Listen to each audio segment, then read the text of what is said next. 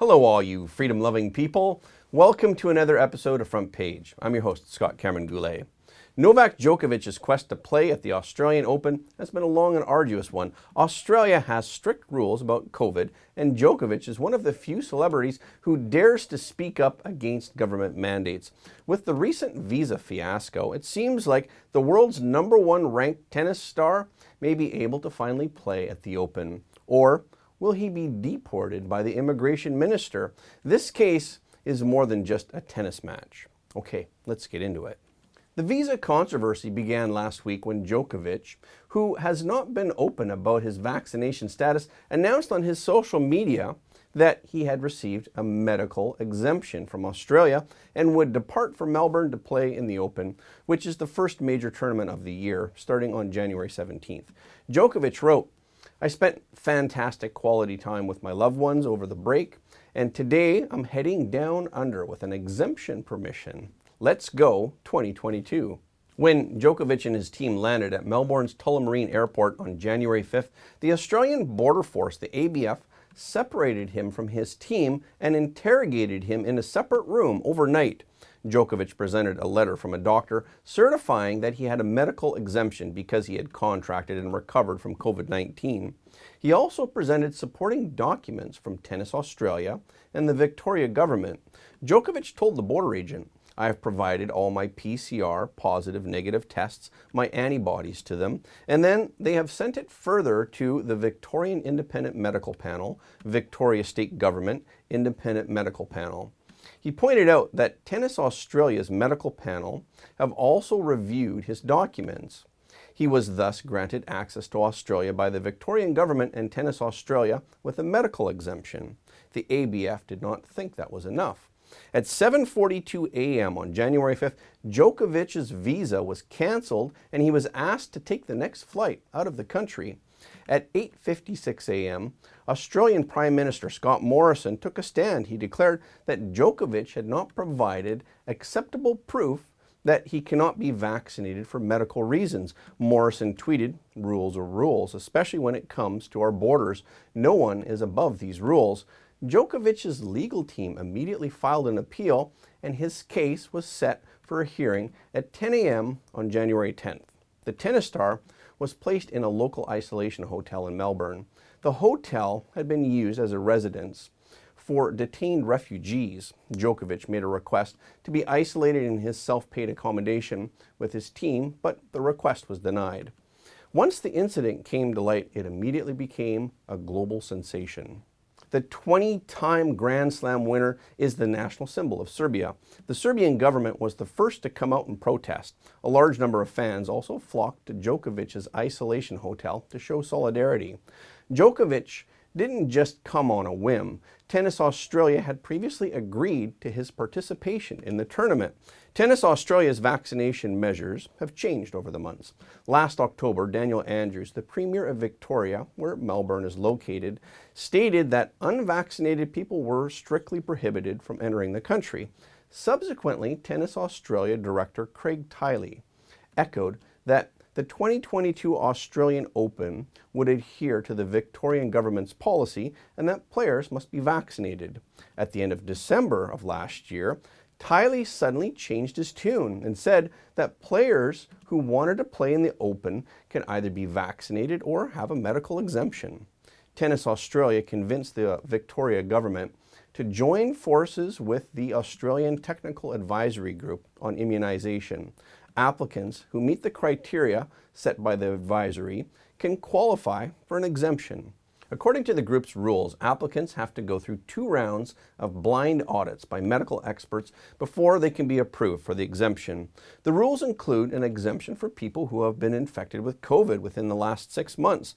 The unvaccinated Djokovic contracted COVID-19 on December 16th. He applied for an exemption under this rule and received a medical exemption certificate from the advisory. The problem is that the federal government does not recognize the medical exemption issued by Tennis Australia, which is the tournament organizers. Home Affairs Minister Karen Andrews said, "Any individual seeking to enter Australia must comply with our strict border requirements." While the Victorian government and Tennis Australia may permit a non-vaccinated player to compete in the Australian Open, It is the Commonwealth government that will enforce our requirements at the Australian border. Under federal government regulations, unvaccinated people cannot qualify for an exemption to enter Australia, even if they have been infected with COVID-19 within the last 6 months. However, Djokovic was not the only one who received a medical exemption the same way. Czech player Renata Voráčová and another tournament official who was invited by the Australian Open had already entered the country. Voráčová had already participated in warm-up matches before the Open, so the federal government itself has inconsistent standards in its implementation. So why was Djokovic the only one stopped at customs then? It seems to have something to do with his prior announcement on social media about the medical exemption. Morrison said on Thursday, when you get people making public statements about what they say they have and what they are going to do and what their claims are, they draw significant attention to themselves. Anyone who does that, whether they're a celebrity, a politician, a tennis player, a journalist, whoever does that, they can expect to be asked questions more than others before you come. This makes the incident even more complicated. Was Djokovic being treated differently because of his statement? To close the loophole, the Australian Border Agency canceled the visas of Voráčová and the official. The two chose not to fight the government on the matter and voluntarily left the trouble spot. But Djokovic returned the shot. He immediately took legal action. According to his appeal, he was assured by the Australian Department of Home Affairs that he was cleared to enter Australia quarantine-free on January 1st. The Department of Home Affairs responded by requesting that the hearing be postponed from Monday to Wednesday, but was denied. In court on Monday, January 10th, Judge Anthony Kelly said he could not understand why Australian officials would not accept the exemption documents given by Djokovic from a qualified doctor and backed by an independent panel set up by the state of Victoria. He asked federal government lawyers. The main reason for Djokovic's victory was that the judge found the border agency had a procedural error in exercising the law. When Djokovic landed in Australia, he was told by a border official that he could have a lawyer represent him on the matter until 8:30 a.m. However, at 7:42 a.m., the border agency announced that his visa was officially canceled. Judge Kelly found that the border agency's approach was improper because Djokovic should have had more time to consult with counsel and seek additional advice. If rules are rules, Kelly concluded, then the rules of procedure were not followed. The judge reinstated Djokovic's visa and ordered him to be released immediately. Djokovic thanked the judge and his fans. He tweeted a photo of himself finishing his practice at the tennis court. I'm pleased and grateful that the judge overturned my visa cancellation. Despite all that has happened, I want to stay and try to compete. I remain focused on that. I flew here to play at one of the most important events we have in front of the amazing fans. He continued, for now, I cannot say more, but thank you all for standing with me through all this and encouraging me to stay strong. When the details of this story came out and the public found that Djokovic had contracted COVID on December 16th of last year, mainstream media began attacking Djokovic. Several media outlets showed photos of Djokovic at events after December 16th, and he was not wearing a mask. However, most people who oppose vaccination also do not believe that masks can prevent the spread of the virus. As we've talked about in previous shows, trying to stop the virus with several layers of fabric is like trying to stop the flow of water with a fishing net. The case is not over for Djokovic, though. He could still be forced to leave the country if the immigration minister decides to apply his personal power to cancel his visa.